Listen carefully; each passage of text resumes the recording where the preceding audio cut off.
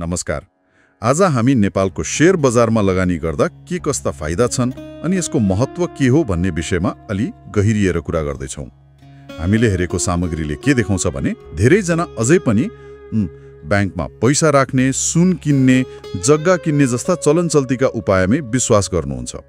Share बजार भन्ने बित्तिकै कता कता अलि डर, अलि जानकारीको कमी जस्तो देखिन्छ। हो, त्यसैले आज हामी यही सामग्रीमा टेकेर शेयर बजारमा लगानीका खास फाइदाहरू के हुन् त त्यसमा केन्द्रित रहेर छलफल गर्नेछौँ। ल सुरु गरौँ है त। पहिलो कुरा त उच्च प्रतिफलको सम्भावना। यो त निकै सुनिने कुरा हो। सामग्रीले पनि भन्छ कि लामो समयसम्म लगानी गर्दा शेयर बजारले अरू क्षेत्र जस्तो ब्याङ्क ब्याज वा सुनको मूल्य वृद्धिको तुलनामा राम्रो आम्दानी दिन सक्छ अरे। हो, यो एकदम महत्त्वपूर्ण पक्ष हो। वास्तवमा दीर्घकालीन लगानीको कुरा गर्दा यो निकै आकर्षक देखिन्छ। एउटा उदाहरण हेरौँ न, जस्तो सामग्रीमा पनि सङ्केत छ। मानौ 10 वर्ष अघि कुनै राम्रो स्थापित कम्पनीको शेयरमा कसैले लगानी गर्यो। त्यस्ता लगानीकर्ताले औसतमा वार्षिक 15देखि 20% पनि प्रतिफल पाएको देखिएको छ। 15-20%? त्यो त ब्याङ्क ब्याज भन्दा त निकै नै बढी भयो नि। हो नि, निकै बढी हो। तर एउटा कुरा के बुझ्नुपर्छ भने यो प्रतिफल सधैँ एकनाश हुँदैन। बजार त घटबड भइरहन्छ। निश्चित ब्याज जस्तो ग्यारेन्टी चाहिँ हुँदैन। यसमा जोखिम पनि सँगै आउँछ। ठिक हो, जोखिमको कुरा त छँदैछ। अनि अर्को फाइदा भनेको त लाभांश छैन त, डिभिडेन्ड। कम्पनीहरूले नाफा कमाएपछि त्यसको केही हिस्सा शेयर किन्नेहरूलाई बाँड्छन्। सामग्रीमा त केही कम्पनीले वर्षको 20-30% पनि लाभांश दिएको कुरा छ। एकदम, यो अर्को ठोस फाइदा हो। शेयरको भाव बढ्नु एउटा कुरा भयो, अनि नियमित रूपमा कम्पनीबाटै पैसा आउनु यो लाभांश अर्को महत्त्वपूर्ण आय स्रोत बन्न सक्छ। विशेष गरी लामो समय शेयर होल्ड गर्नेहरूका लागि त यो निकै राम्रो हो, नियमित आम्दानी जस्तो। अनि अर्को एउटा चाखलाग्दो कुरा, अहिले महँगी बढिरहेको छ नि मुद्रास्फीति। यसले त हामीले बचत गरेको पैसाको मूल्य घटाइदिन्छ। खै शेयर लगानीले यसबाट कसरी जोगाउँछ होला? यसलाई यसरी बुझौँ न।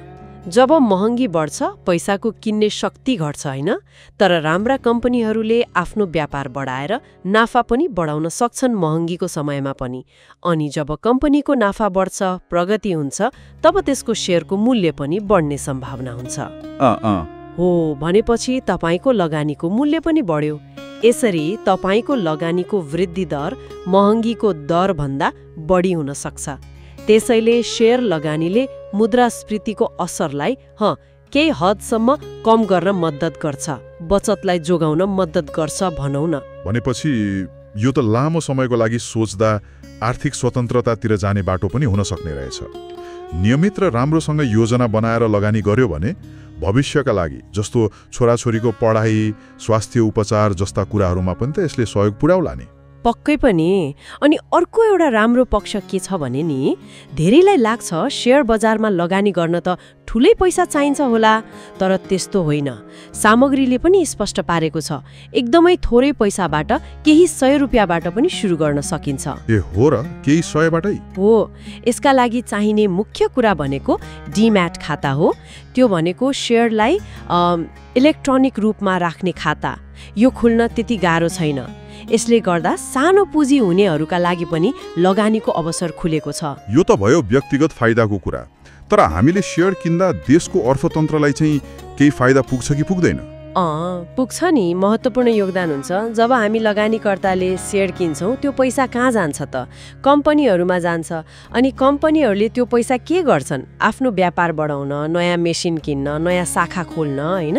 हो, त्यसले गर्दा रोजगारी सृजना हुन्छ, उत्पादन बढ्छ, अनि समग्रमा देशको आर्थिक वृद्धिमा नै टेवा पुग्छ। त्यसैले शेयरमा लगानी गर्नु भनेको एक किसिमले राष्ट्रिय अर्थतन्त्रमा सहभागी हुनु पनि हो। अनि करको कुरा नि कस्तो छ व्यवस्था? केही छुटहरू पाइन्छ कि? नेपालको अहिलेको व्यवस्था अनुसार शेयर बेचेर नाफा भयो भने त्यसमा चाहिँ निश्चित प्रतिशत कर लाग्छ। तर कम्पनीले दिने लाभांश जुन अघि हामीले कुरा गर्यौं त्यसमा चाहिँ हाल कर छुट छ। लाभांशमा कर लाग्दैन। हालको व्यवस्थामा लाग्दैन। अनि लामो समयसम्म सेयर राख्ने लगानीकर्ता, जसलाई दीर्घकालीन लगानीकर्ता भनिन्छ, उहाँहरूका लागि करमा केही थप सहुलियतहरू पनि हुन सक्छन् भविष्यमा। यो पनि एउटा विचार गर्नुपर्ने पक्ष हो। त्यसो भए आजको छलफललाई सारमा भन्दा शेयर बजारमा लगानी गर्नु भनेको आफ्नो धन बढाउने एउटा सम्भावित राम्रो तरिका मात्र रहेनछ। यो त देशको आर्थिक विकासमा पनि सहभागी हुने एउटा माध्यम रहेछ।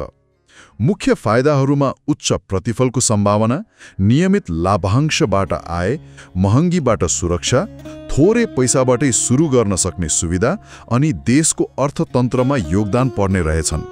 हो, यी सबै फाइदाहरू एकदमै आकर्षक छन्। तर एउटा कुरा चाहिँ बिर्सनै हुँदैन, सामरीले पनि जोड दिएको छ नि, यी सबै सम्भावनाहरूको पछाडि सही ज्ञान, धैर्य अनि निरन्तर अनुसन्धानको एकदमै ठूलो हात हुन्छ। त्यो त पक्कै पनि। बजारको बारेमा राम्रोसँग नबुझी हल्लाको भरमा लगानी गर्दा त जोखिम पनि त्यति नै हुन्छ। नेपालको शेयर बजारमा अवसरहरू छन्, तर एकदमै सचेत भएर बुझेर मात्रै लगानी गर्नु बुद्धिमानी हुन्छ। एकदम सही कुरा। र आजको यो छलफलले मेरो मनमा एउटा प्रश्न पनि उब्जायो। एकातिर उच्च प्रतिफलको लोभ छ, अर्कोतिर बजारको जोखिम, अनि यसका लागि चाहिने ज्ञान र अनुसन्धानको आवश्यकता छ। यी सबै कुरा बीच खै कसरी सही सन्तुलन कायम गर्ने होला? यो प्रश्न सायद सबै लगानीकर्ताले आफैलाई सोध्नुपर्ने हो कि यो विचारणीय छ।